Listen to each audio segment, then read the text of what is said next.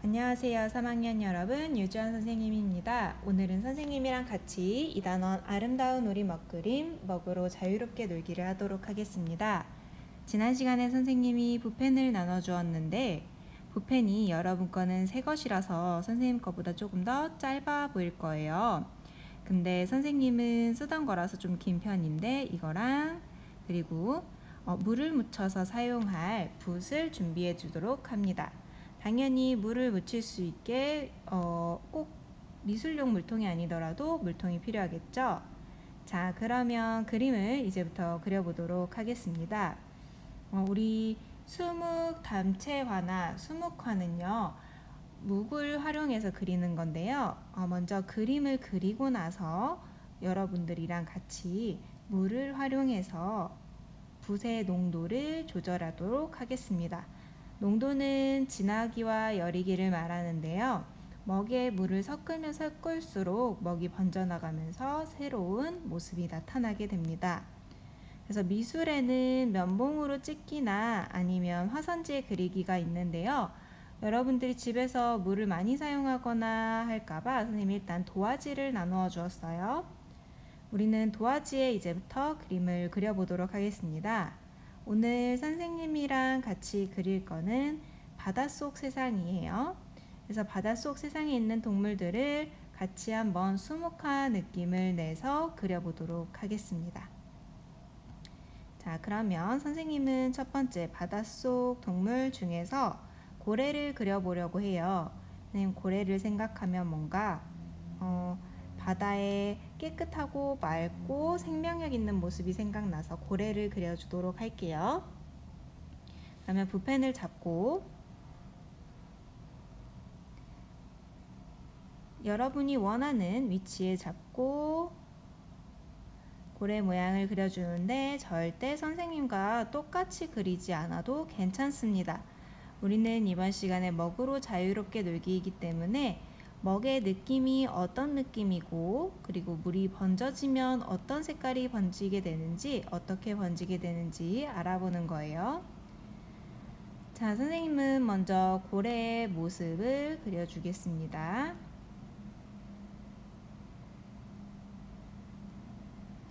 이렇게 건 모양을 그리고요. 그 다음에 고래가 조금 더 중간선이 있기 위해서 이렇게 나누어 주겠습니다.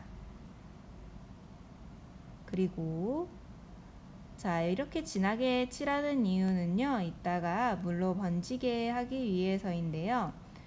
붓펜이 아니라 진짜 먹을 사용하면 훨씬 더 많이 번지지만 선생님이 직접 봐줄 수 없는 가정에서 이걸 할 때는 너무 많이 번지고 옷에 많이 묻을 것 같아서 한번 붓펜으로 시험을 해보도록 하겠습니다.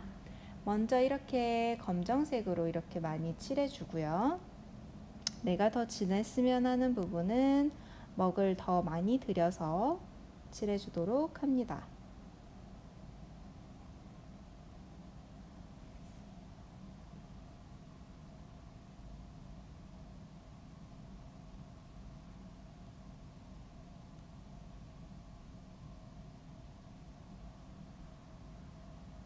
자, 이 정도면 뭔가 먹의 느낌이 살아날 수 있게 검정색을 많이 들인 것 같아요.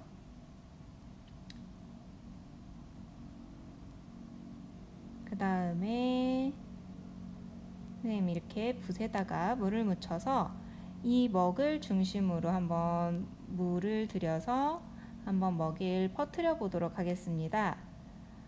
먹을 퍼뜨리면 먹이 퍼지면서 진한 부분과 옅은 부분의 농담, 진하고 여린 분위기가 나타나게 됩니다.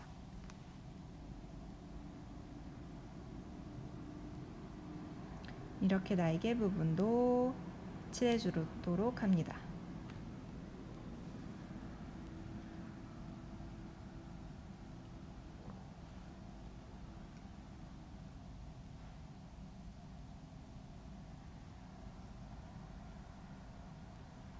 선생님은 지금 고래 모양을 그리고 있지만 여러분은 꼭 고래를 그리지 않아도 괜찮습니다.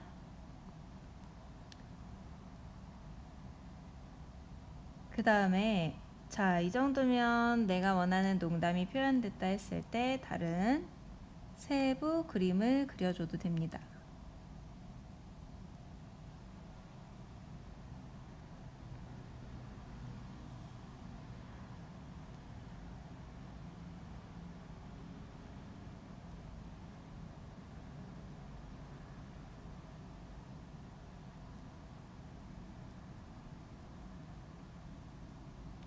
고래 눈과 턱까지 그려주고요. 선생님은 이 부분이 조금 더 진했으면 좋겠어서 먹을 더해봤습니다. 이렇게 먹을 칠하고 바로 물을 떨어뜨리거나 번지게 하면 훨씬 농담이 잘 살아나는 것을 볼 수 있습니다.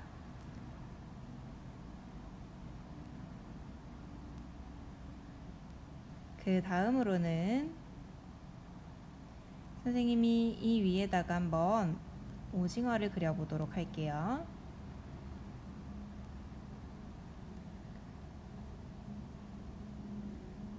오징어도 세세하게 세밀화처럼 그리는 게 아니라 느낌과 전체 모양을 살려서 윤곽을 그려주고요. 내가 더 진했으면 좋겠는 부분은 먹을 많이 들여서 칠해주도록 합니다. 그리고 물을 사용해서 이 먹이 퍼뜨려지면서 먹을 직접 칠한 부분은 진하고 물을 퍼뜨린 부분은 연하게 되니까 이 분위기를 한번 여러분들이 살펴보면서 먹으로 놀았으면 좋겠습니다.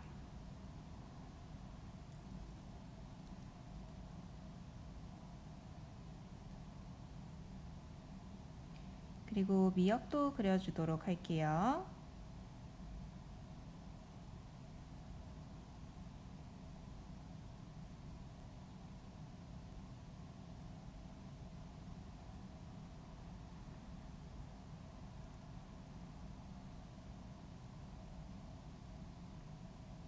미역도 마찬가지로 물로 퍼뜨려서 진한 부분과 여린 부분을 표현해 주도록 하겠습니다.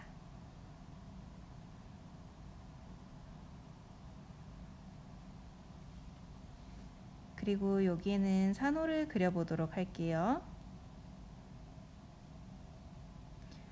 여러분, 오염되지 않은 바다의 산호는 색이 굉장히 원래 색대로 분홍색이 돌거나 아니면 코랄색이라고 하는 약간 살구색과 비슷한 색이 나타나는데요. 오염된 바다에서는 산호가 다 죽어서 하얗게 된다고 하네요. 그래서 바다에 만약에 사람들이 많이 놀러오고 쓰레기를 많이 버리게 되면 산호가 많이 오염된다고 해요. 이렇게 조개도 그려주고요. 물을 묻혀서 마찬가지로 농담이 생기게 먹을 퍼뜨려 줍니다.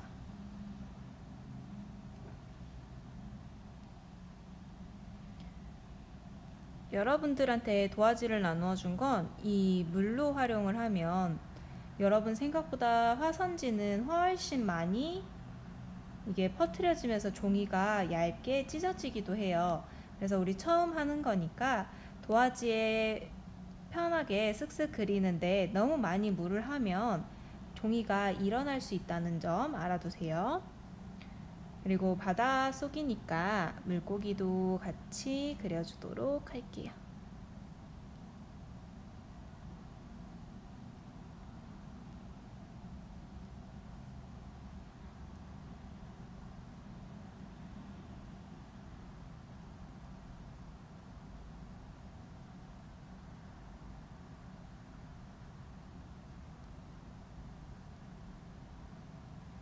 물고기도 마찬가지로 농담을 표현해 주도록 합니다.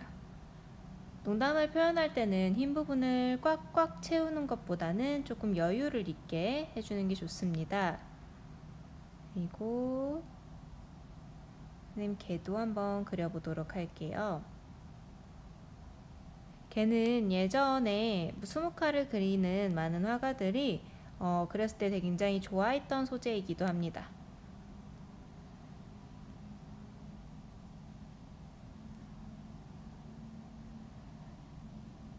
눈도 그려주고, 진하게 한 부분은 거기가 더 어둡게 보였으면 해서고요.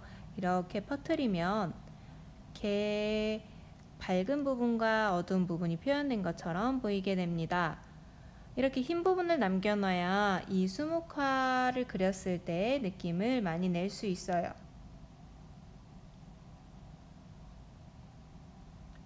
그리고 이렇게 물방울도 그려주고요. 아까 말했다시피 세미라처럼 세세하게 그리지 않아도 되고 쓱쓱 그려주면 됩니다.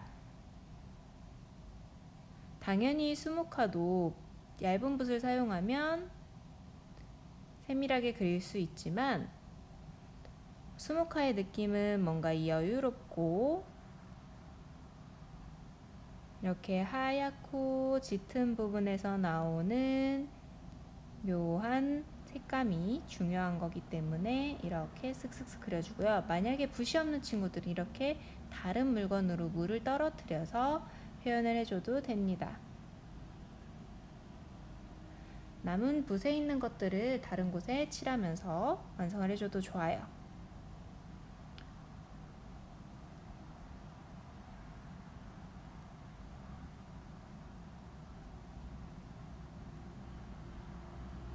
자, 여기까지 다 했으면 이번에는 간단하게 한번 빈 부분을 한 번씩 조금씩 완성시키도록 해볼게요. 이렇게 점점점점 한 다음에 물로 먹을 번지게 해도 좋습니다.